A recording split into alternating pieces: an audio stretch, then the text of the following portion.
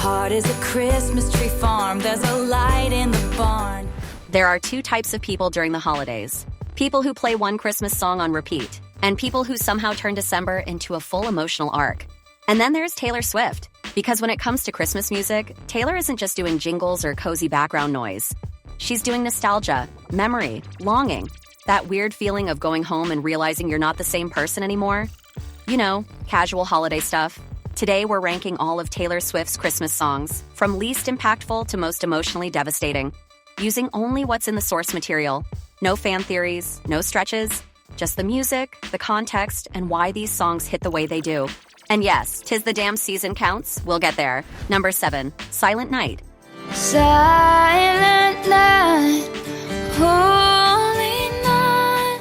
Let's start at the bottom, not because it's bad, but because it's exactly what it says it is. Taylor's version of Silent Night is a traditional carol, originally written in 1818. And her take on it is very early Taylor. Soft, countrified, respectful, almost reverent. This came from the Taylor Swift Holiday Collection EP back in 2007, when she was still very much in her teenage country era. And you can hear that. It's sweet, it's gentle, it's safe. But here's the thing. It doesn't really feel like a Taylor Swift song. It feels like Taylor stepping into something that already existed, rather than shaping it into her own emotional universe. Which is fine, it's just not why people go to Taylor Swift. Number 6, Christmas Must Be Something More. Christmas must be something more. Now this one is interesting. Christmas Must Be Something More is one of Taylor's original holiday songs. And she wrote it herself. And you can tell. This isn't about gifts or romance or snowflakes. It's about meaning, about slowing down, about remembering what the holiday is supposed to represent. There's a sincerity here that feels very on brand for young Taylor. It's earnest. Almost moral in a gentle way, like she's reminding both herself and the listener to look past the chaos. It's not flashy, it's not dramatic, but it's thoughtful. Still, emotionally, it stays a little surface level compared to what she'd later become capable of. You hear the intention more than the ache. Number 5, Santa Baby. Santa baby, a 50-foot convertible too. This is where things get fun. Taylor covering Santa Baby is kind of unexpected, honestly. It's traditionally a very sultry song. Eartha Kitt made sure of that.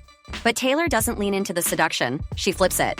Her version is peppy, bright, playful, almost innocent. And that contrast actually works. It feels like a teenager experimenting with a grown-up song, but filtering it through her own personality. Is it iconic? Not really. Is it charming? Absolutely. It's one of those songs that reminds you how young she was at the time, and how intentional she already was about not pretending to be someone she wasn't. Number 4, Last Christmas. 'Cause last Christmas, I gave you my heart. This is where the emotional dial starts turning. Taylor's cover of Last Christmas takes Wham's iconic synth-pop Heartbreak and turns it into something warmer and more country-inflected. Less dance floor, more small-town winter sadness. And honestly, it works. She doesn't oversing it, she doesn't dramatize it. She just lets the story sit there, which is exactly what that song needs. It's familiar, but filtered through Taylor's early storytelling instincts. You can already hear the seeds of the narrator she'd become.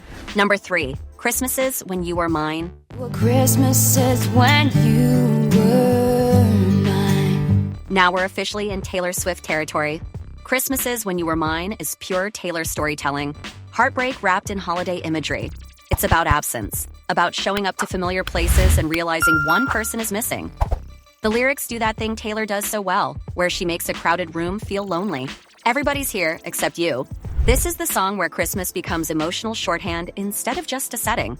The cold nights, the gatherings, the memories you can't escape.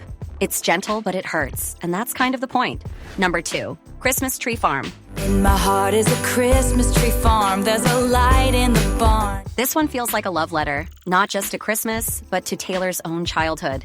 Taylor famously grew up on a Christmas tree farm in Reading, Pennsylvania, and this song pulls directly from that. Not in a vague aesthetic way, but in a very specific, lived-in way. She's not romanticizing Christmas as a concept. She's remembering it. Warm nights, cozy lights, escaping the chaos of adulthood and fame to go back to something simpler, something safe. There's joy here, real joy, but it's also tinged with longing, like she knows that kind of peace is rare now. It's bubbly, it's nostalgic, it feels like a deep breath. And for a moment, you believe her when she says she just wants to go home. Number 1, 'Tis the Damn Season. Weekend, 'tis the damn season, right this time. And here we are. The song that technically isn't a Christmas song, but emotionally absolutely is.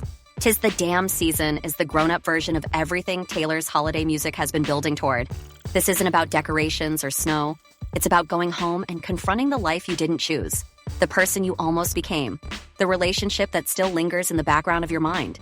Christmas here is just the excuse, the reason to return, the moment where the past feels close enough to touch. And that's why it hits so hard. It's nostalgic but not comforting, reflective but not resolved. It understands that holidays don't always heal. Sometimes they just reopen things. That line about staying at her parents' house? That's not cozy. That's vulnerable. It's bittersweet, quietly devastating, and deeply human, which is why it earns the top spot. What's fascinating about Taylor Swift's Christmas songs isn't how many there are. It's how they trace her emotional growth. She starts with tradition, moves into meaning, experiments with covers, and eventually lands in complex nostalgia and unresolved longing. Because for Taylor, Christmas isn't just a holiday. It's a mirror. And honestly, that's why these songs still get talked about. They don't just soundtrack the season, they capture the feeling of going home and realizing you've changed. And if that's not peak Taylor Swift, I don't know what is.